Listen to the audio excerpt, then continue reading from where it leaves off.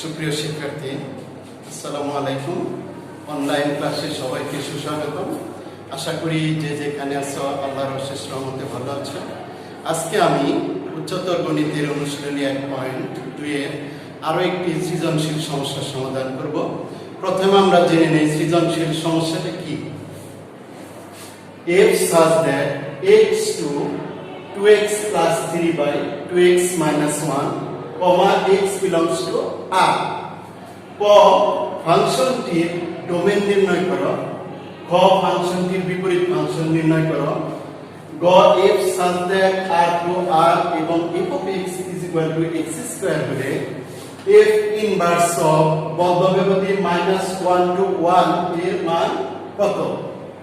তাহলে এই সমস্যাটির তিনটি সমাধান আমাদের করতে হবে, তিনটা অংশে, ক অংশ, খ অংশ এবং গ অংশ। প্রথমে আমরা ক অংশের সমাধান করব। তাহলে f such that x to 2x plus 3 divided by 2x minus 1 কে কিন্তু আমরা লিখতে পারি f of x is equal to 2x plus 3 by 2x minus 1। আমি তো সেটাই লিখেছি যে দেওয়া আছে f of x is equal to 2x plus 3 by 2x minus 1। এখন এই যে ফাংশনটা দেওয়া আছে এর ডোমেইন নির্ণয় করতে হবে। অর্থাৎ কোনো ফাংশনের ডোমেইন আমরা কিভাবে নির্ণয় করব? ডোমেইনটা কি এর আগে আমি বলেছি, x এর যে সব বাস্তব মানের জন্য f of x সংজ্ঞায়িত হবে সেই মানগুলোকে বলা হয় তার ডোমেইন। তার মানে x এর যে সব বাস্তব মান দ্বারা ওই সমীকরণটি সংজ্ঞায়িত হবে, অর্থাৎ ওই ফাংশনটি সংজ্ঞায়িত হবে, তাকে আমরা বলবো ডোমেইন। তাহলে এখানে যে ফাংশনটা দেওয়া আছে f of x is equal to 2x plus 3 by 2x minus 1। তাহলে এখানে এটা কি দেওয়া আছে? ভগ্নাংশ আকারে দেওয়া আছে। এই ভগ্নাংশ আকারে দেওয়া থাকলে আমাদের ডোমেইন বের করার সময় খেয়াল করতে হবে যে হর অংশটা কি আছে। এই হর অংশটা যদি 0 আসে, 0 সমান হয়, তাহলে কিন্তু এটা x এর সকল মান দ্বারা সংজ্ঞায়িত হবে না। তাহলে আমরা প্রথমে লক্ষ্য করব যে হর অংশটা কি আছে। হরে কি আছে? 2x 1। এইটা যদি শুধু 0 সমান না হয়, x এর যে মানের জন্য এটা 0 হবে সেই মান ছাড়া অন্য সকল মান দ্বারাই কিন্তু এটা সংজ্ঞায়িত হবে। তাহলে এইটা কার সমান হবে না? 0 সমান হবে না। তাহলে আমি লিখেছি, দেখো দেওয়া আছে f of x is equal to 2x plus 3 by 2x minus 1। f of x belongs to R হবে যদিও কেবল যদি 2x minus 1 is not equal to 0 হয়। তাহলে এই হরের অংশটা আমি লিখেছি যে 2x minus 1 is not equal to 0 বা 2x is not equal to 1। এইখানে আমি লিখেছি x is not equal to half। তাহলে dou f is equal to x belongs to R such that x is not equal to half। এইটা আমরা লিখলাম। তাহলে ডোমেইনটা কি হবে? dou f is equal to x belongs to R such that x is not equal to half। অথবা এটাকে আমরা লিখতে পারতাম dou f is equal to R bar half। এটা আমরা লিখতে পারতাম। তাহলে আমরা ডোমেইনটা পেলাম। এরপরে যাব ফাংশনটির বিপরীত ফাংশন নির্ণয় করো। এটা তোমরা সবাই পারো বিপরীত ফাংশন নির্ণয় করা। তারপরেও আমি যেভাবে নির্ণয় করছি সেটা একটু বলে দেই। ফাংশনটির বিপরীত ফাংশন অর্থাৎ যে ফাংশনটা আমাদের দেওয়া আছে f of x is equal to 2x plus 3 by 2x minus 1, এই ফাংশনের বিপরীত ফাংশন নির্ণয় করব। তাহলে আমি কি করি? ওই বিপরীত ফাংশন যেটা নির্ণয় করতে চাই ওই বিপরীত ফাংশনকে a ধরে নিই। আমি যেমন ধরেছি, ধরি a is equal to f inverse of x, অর্থাৎ ওই ফাংশনটার বিপরীত ফাংশনকে আমি a ধরে নিয়েছি। এখান থেকে বিপরীত ফাংশনের সংজ্ঞা অনুসারে f of a is equal to x, f of a is equal to x।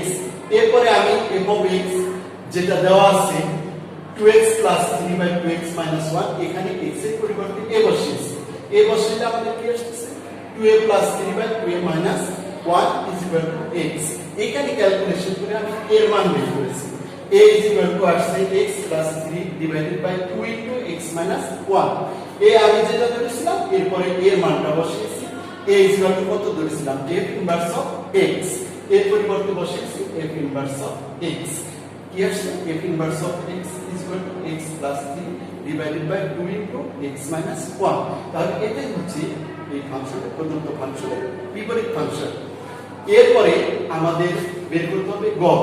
গড় কি হচ্ছে f such that r to r এবং f of x is equal to x square হলে f ইনভার্স বদ্ধব্যবধি -1 to 1 এর মান কত? তাহলে আমি প্রথমে লিখছি দেওয়া আছে f such that r to r এবং f of x is equal to x square। এখানে আমরা লক্ষ্য করব f inverse of -1 to 1, f inverse of -1 to 1 এর মান যখন আমরা বের করতে যাব তার আগে আমাদের কি করতে হবে? ওই ফাংশনটার বিপরীত ফাংশন নির্ণয় করতে হবে। অর্থাৎ f of x is equal to x square দেওয়া আছে, তাহলে f of x এর বিপরীত কি হবে? f inverse of x। তাহলে আমরা প্রথমে বের করে নেব কি f inverse of x। f inverse of x বের না করলে আমরা f ইনভার্স অফ -1 এর মান বসাইতে পারবো না, 1 এর মান বসাইতে পারবো না। তাহলে প্রথমে আমাদের কি করতে হবে? f ইনভার্স অফ x নির্ণয় করে নিতে হবে। তাহলে আমি ধরি f of x এর বিপরীত f ইনভার্স অফ x ধরে নিছি a is equal to f inverse of x।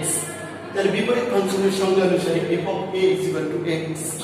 তাহলে এখানে আমি x এর পরিবর্তে a বসাইছি, তাহলে f of a is equal to কত? x square. f of a is equal to square.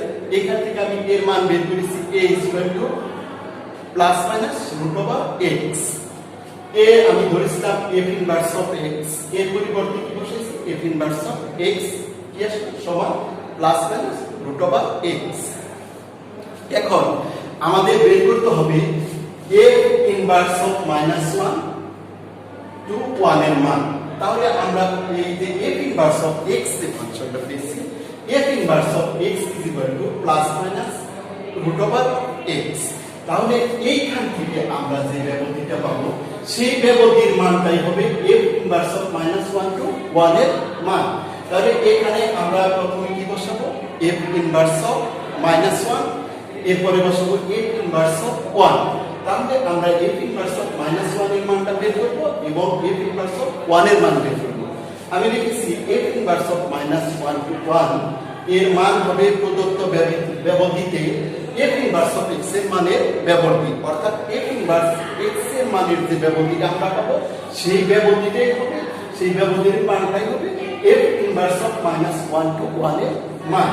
প্রথমে আমরা f inverse of x is equal to plus minus root over x এর এখানে আমি প্রথমে f ইনভার্স অফ -1 অর্থাৎ -1 মানটা প্রথমে বসিয়েছি, -1 আসলে প্লাস মাইনাস রুট ওভার -1। তাহলে রুটের মধ্যে যদি -1 কোনো মান আসে সে মানটা কি বাস্তব মান? অবশ্যই না, সেটা অবাস্তব মান বা জটিল মান, জটিল সংখ্যা বা অবাস্তব সংখ্যা। তাহলে যা অসংজ্ঞায়িত এটা গ্রহণযোগ্য না এই ক্ষেত্রে।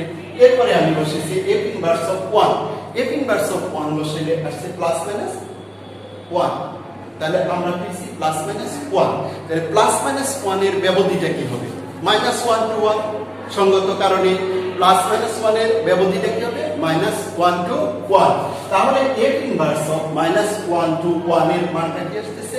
বদ্ধ ব্যবধি -1 to 1। সুপ্রিয় শিক্ষার্থী, আজকের মতো এখানেই শেষ করছি। আল্লাহ হাফেজ।